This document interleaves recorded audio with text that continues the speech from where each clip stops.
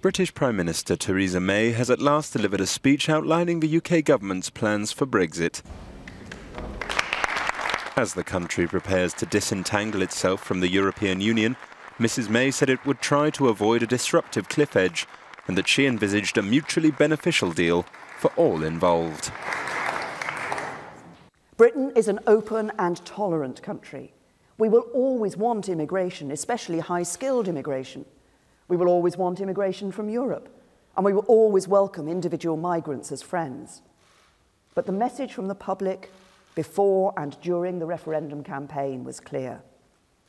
Brexit must mean control of the number of people who come to Britain from Europe, and that is what we will deliver. We want to guarantee the rights of EU citizens who are already living in Britain and the rights of British nationals in other member states as early as we can.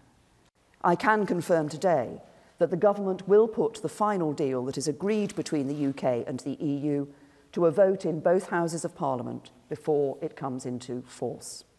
So we will take back control of our laws and bring an end to the jurisdiction of the European Court of Justice in Britain.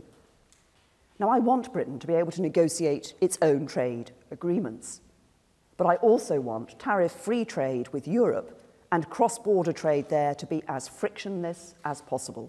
But I want to be clear. What I am proposing cannot mean membership of the single market. And if we were excluded from accessing the single market, we would be free to change the basis of Britain's economic model. It would mean a loss of access for European firms to the financial services of the City of London.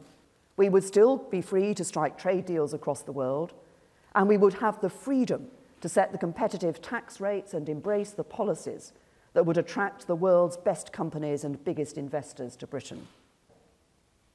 Britain wants to remain a good friend and neighbour to Europe.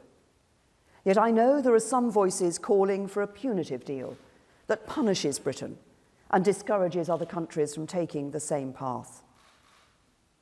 That would be an act of calamitous self-harm for the countries of Europe, and it would not be the act of a friend.